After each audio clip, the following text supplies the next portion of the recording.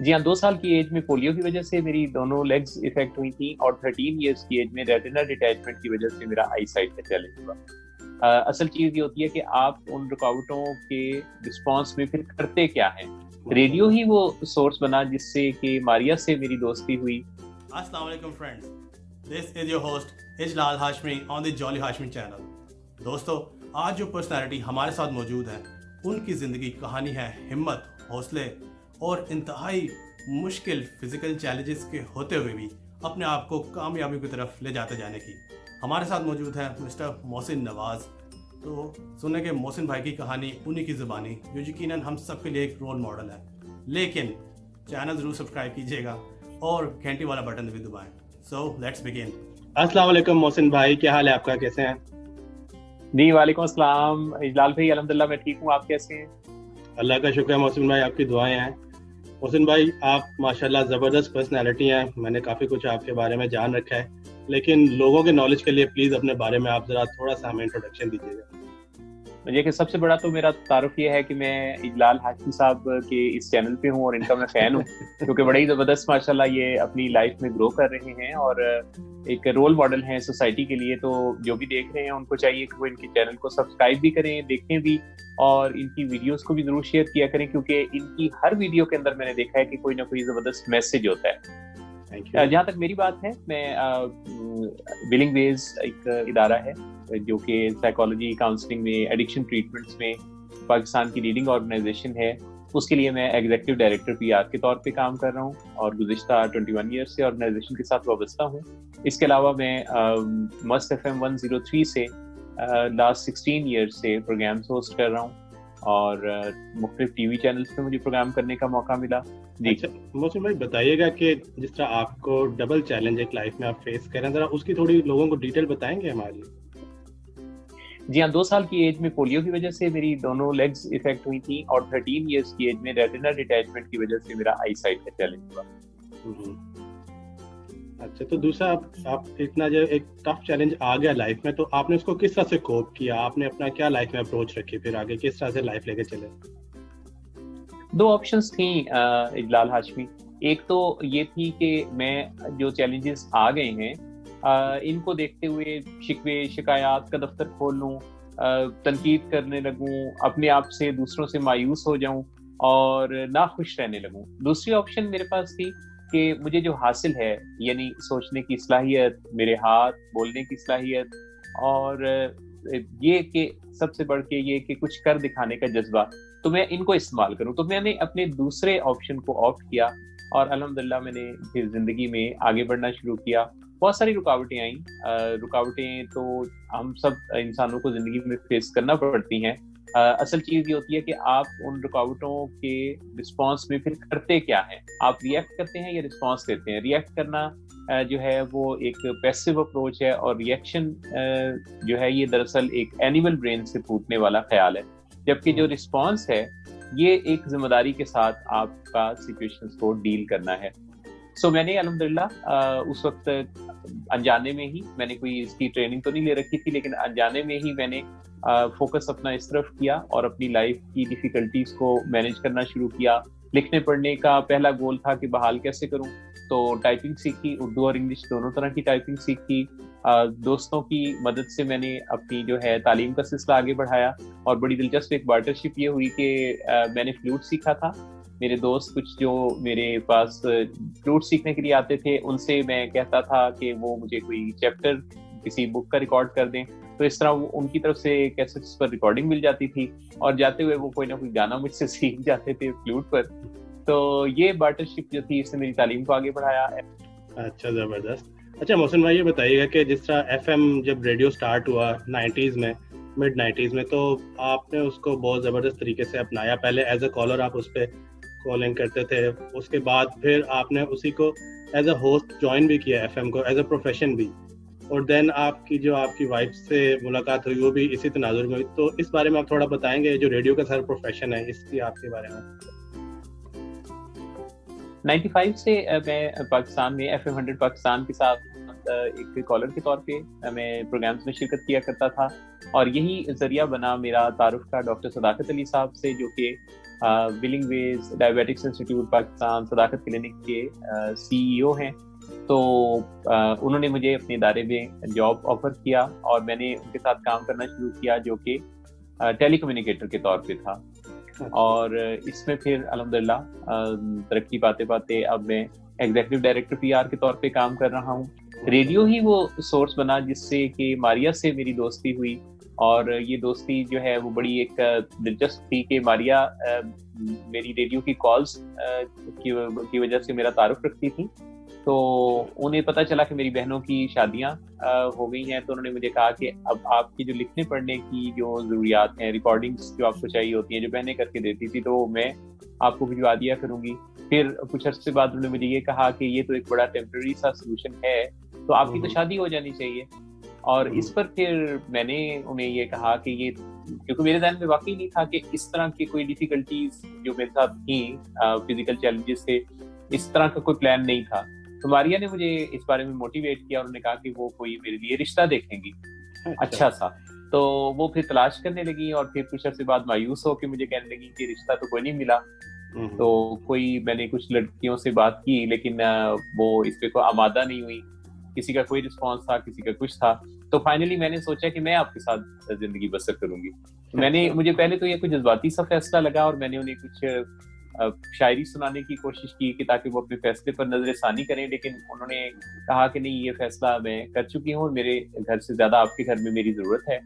اور اس طرح پھر جو ہے وہ ہم نے اپنی لائف کو پلان کرنے والی تو اللہ تعالیٰ کی ذات ہے. ہم نے کوشش کی اور الحمدللہ یہ ایگزیکیوٹ ہو گیا 1998 میں. اچھا, اسی دوران ریڈیو سے چونکہ میرا شغف کافی زیادہ تھا, تو 2004 میں مصرف 103 نے اپنی نشریات کا آغاز کیا. تو میں نے بھی جا کے ان سے بات چیت کی اور کہا کہ میں پروگرامز کرنا چاہتا ہوں, اور آئیڈیاز کچھ دیے. تو اس کے بعد وہ کوئی 15 منٹس کی ملاقات کے بعد میں نے ان سے کہا کہ اچھا مجھے کوئی ڈیٹ دے دیجیے کہ میں کب آ کے اپنا کوئی فردر جو آڈیشن ہے یا کچھ دوں.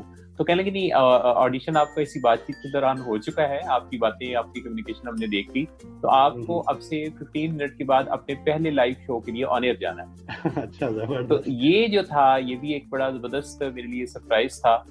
اور اس طرح سے پھر 2004 سے میں نے ریڈیو کرنا شروع کیا. اس دوران پھر ذہن میں آیا کہ اچھا ریڈیو کرنے کی ایک مثال بنا دی الحمدللہ.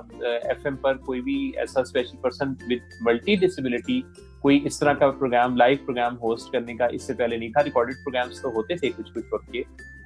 تو اس لائیو شو کی خاصی پاپولیرٹی ہوئی, اسپیشل پرسنس کے لیے کام ہوا, اس میں کافی سیلیبریٹیز کا آنا جانا رہا. تو اس کو ایک فیم جب ملا تو میں نے اس بنیاد پہ ٹی وی چینل سے بات کی, اور 3 ٹی وی چینل سے مجھے پروگرامز ہوسٹ کرنے کا موقع ملا, جس کے نتیجہ میں پھر یہ ایک ورلڈ ریکارڈ بھی بن گیا کہ میں نے ڈبل فزیکل چیلنج کے ساتھ ریڈیو اور ٹی وی دونوں جگہ پروگرامز ہوسٹ کیے.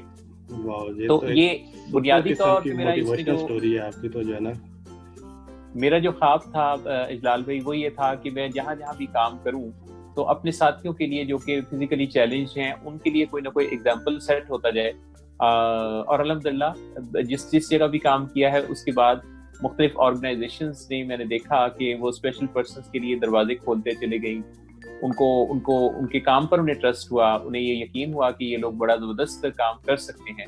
سو یہ میرا جو ہے وہ ایک خواب جو تھا وہ اس طرح سے آہستہ آہستہ پورا ہونے لگا. سوشل میڈیا پر میری جو اپیئرنس ہے وہ کافی عرصہ ہو گیا, تقریباً 1 دہائی سے زیادہ کا عرصہ ہوا. میں نے مختلف سوشل میڈیا فورمز کو ریپرزینٹ کرنا شروع کیا, ان کے وہاں سے میری مختلف ویڈیوز جو ہیں وہ پریزنٹ ہوتی رہیں. یوٹیوب چینل, فیس بک کا جو فورم ہے وہ, اور دیگر فورمز, تو اس پر بھی الحمدللہ کافی پذیرائی ملی. پاکستان میں, انڈیا میں کافی لوگوں نے میری لائف پر کام کیا, لائف سٹوری جو ہے وہ پبلش بھی ہوئی, اس پر ویڈیوز بھی بنی. تو اس سے بھی کافی ایک ہائپ سی کریٹ ہوئی, اور الحمدللہ لوگ ایک سورس آف موٹیویشن کہتے ہیں. جو اسپیشل پرسنز ہیں وہ مجھے ایک رول ماڈل کے طور پہ سمجھتے ہیں, اور میں خود اسے خالصتاً صرف اور صرف اللہ کی عطا سمجھتا ہوں. اور میرا اس میں کیا ہوا کچھ بھی نہیں سوائے اس کے کہ میں نے تو بس اپنا مقدور پر حصہ ڈالا. برکت دینے والی یا اس کو کامیاب بنانے والی تو اللہ تعالیٰ کی ذات ہے.